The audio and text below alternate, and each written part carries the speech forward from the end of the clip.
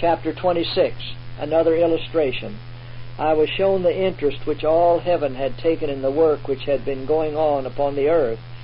Jesus commissioned a strong and mighty angel to descend and warn the inhabitants of earth to get ready for his second appearing. I saw the mighty angel leave the presence of Jesus in heaven. Before him went an exceeding bright and glorious light. I was told that his mission was to lighten the earth with his glory and warn man of the coming wrath of God. Multitudes received the light. Some seemed to be very solemn, while others were joyful and enraptured. The light was shed upon all, but some merely came under the influence of the light and did not heartily receive it. But all who received it turned their faces toward heaven and glorified God. Many were filled with great wrath. Ministers and people united with the vile and stoutly resisted the light shed by the mighty angel. But all who received it withdrew from the world and were closely united together. Satan and his angels were busily engaged in seeking to attract the minds of all they could from the light. The company who rejected it were left in darkness. I saw the angel watching with the deepest interest the professed people of God to record the character they developed as the message of heavenly origin was introduced to them. And as very many who professed love for Jesus turned from the heavenly message with scorn, derision, and hatred, an angel with a parchment in his hand made the shameful record. All heaven was filled with indignation because Jesus was slighted by his professed followers. I saw the disappointment of the trusting ones. They did not see their Lord at the expected time. It was God's purpose to conceal the future and bring his people to a point of decision. Without this point of time, the work designed of God would not have been accomplished. Satan was leading the minds of very many far ahead in the future. A period of time proclaimed for Christ's appearing must bring the mind to earnestly seek for a present preparation. As the time passed, those who had not fully received the light of the angel united with those who had despised the heavenly message, and they turned upon the disappointed ones in ridicule. I saw the angels in heaven consulting with Jesus. They had marked the situation of Christ's professed followers. The passing of definite time had tested and proved them, and very many were weighed in the balance and found wanting. They all loudly professed to be Christians, yet failed in following Christ in almost every particular. Satan exulted at the state of the professed followers of Christ. He had them in his snare. He had led the majority to leave the straight path, and they were attempting to climb up to heaven some other way. Angels saw the pure, the clean, and holy all mixed up with sinners in Zion and the world-loving hypocrite. They had watched over the true lovers of Jesus, but the corrupt were affecting the holy. Those whose hearts burned with a longing, intense desire to see Jesus were forbidden by their professed brethren to speak of his coming. Angels viewed the whole scene and sympathized with the remnant who loved the appearing of Jesus. Another mighty angel was commissioned to descend to earth. Jesus placed in his hand a writing, and as he came to earth, he cried, "Babylon is fallen, is fallen." Then I saw the disappointed ones again look cheerful and raise their eyes to heaven, looking with faith and hope for their Lord's appearing. But many seemed to remain in a stupid state, as if asleep. Yet I could see the trace of deep sorrow upon their countenances. The disappointed ones saw from the Bible that they were in the tarrying time, and that they must patiently wait the fulfillment of the vision. The same evidence which led them to look for their Lord in 1843 led them to expect him in 1844. I saw that the majority did not possess that energy which marked their faith in 1843. Their disappointment had dampened their faith. But as the disappointed ones united in the cry of the second angel, the heavenly host looked with the deepest interest and marked the effect of the message. They saw those who bore the name of Christian turn with derision and scorn upon those who had been disappointed.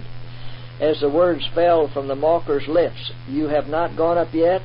An angel wrote them. Said the angel, "They mock God." I was pointed back to the translation of Elijah. His mantle fell on Elisha, and wicked children or young people followed him, mocking, crying, "Go up, thou bald head, go up, thou bald head." They mocked God and met their punishment there. They had learned it of their parents. and those who have scoffed and mocked at the idea of the saints going up will be visited with the plagues of God and will realize that it is not a small thing to trifle with Him. Jesus commissioned other angels to fly quickly to revive and strengthen the drooping faith of His people and prepare them to understand the message of the second angel and of the important move which was soon to be made in heaven. I saw these angels receive great power and light from Jesus and fly quickly to earth to fulfill their commission to aid the second angel in his work. A great light shone upon the people of God as the angels cried, "Behold, the bridegroom cometh, go ye out to meet him." Then I saw those disappointed ones rise, and in harmony with the second angel proclaim, "Behold, the bridegroom cometh, go ye out to meet him." The light from the angels penetrated the darkness everywhere. Satan and his angels sought to hinder this light from spreading and having its designed effect. They contended with the angels of God and told them that God had deceived the people and that with all their light and power they could not make the people believe that Jesus was coming. The angels of God continued their work, although Satan strove to hedge up the way and draw the minds of the people from the light. Those who received it looked very happy. They fixed their eyes up to heaven and longed for the appearing of Jesus. Some were in great distress, weeping and praying. Their eyes seemed to be fixed upon themselves, and they dared not look upward. A precious light from heaven parted the darkness from them, and their eyes, which had been fixed in despair upon themselves, were turned upward, while gratitude and holy joy were expressed upon every feature. Jesus and all the angelic host looked with approbation upon the faithful waiting ones. Those who rejected and opposed the light of the first angel's message lost the light of the second, and could not be benefited by the power and glory which attended the message, "Behold, the bridegroom cometh." Jesus turned from them with a frown. They had slighted and rejected Him. Those who received the message were wrapped in a cloud of glory. They waited and watched and prayed to know the will of God. They greatly feared to offend Him. I saw Satan and his angels seeking to shut this divine light from the people of God. But as long as the waiting ones cherished the light and kept their eyes raised from earth to Jesus, Satan could have no power to deprive them of this precious light. The message given from heaven enraged Satan and his angels and those who professed to love Jesus but despised His coming, scorned and derided the faithful trusting ones. But an angel marked every insult, every slight, every abuse they received from their professed brethren. Very many raised their voices to cry, "Behold, the bridegroom cometh," and left their brethren who did not love the appearing of Jesus and who would not suffer them to dwell upon His second coming. I saw Jesus turn His face from those who rejected and despised His coming, and then He bade angels lead His people out from among the unclean, lest they should be defiled. Those obedient to the message stood out free and united. A holy and excellent light shone upon them.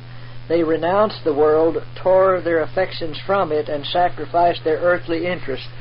They gave up their earthly treasure, and their anxious gaze was directed to heaven, expecting to see their loved deliverer. A sacred holy joy beamed upon their countenances and told of the peace and joy which reigned within. Jesus bade His angels go and strengthen them, for the hour of their trial drew on. I saw that these waiting ones were not yet tried as they must be. They were not free from errors. And I saw the mercy and goodness of God in sending a warning to the people of earth and repeated messages to bring them up to a point of time, to lead them to a diligent search of themselves, that they might divest themselves of errors which had been handed down from the heathen and papists. Through these messages, God has been bringing out His people where He can work with them in greater power and where they can keep all His commandments.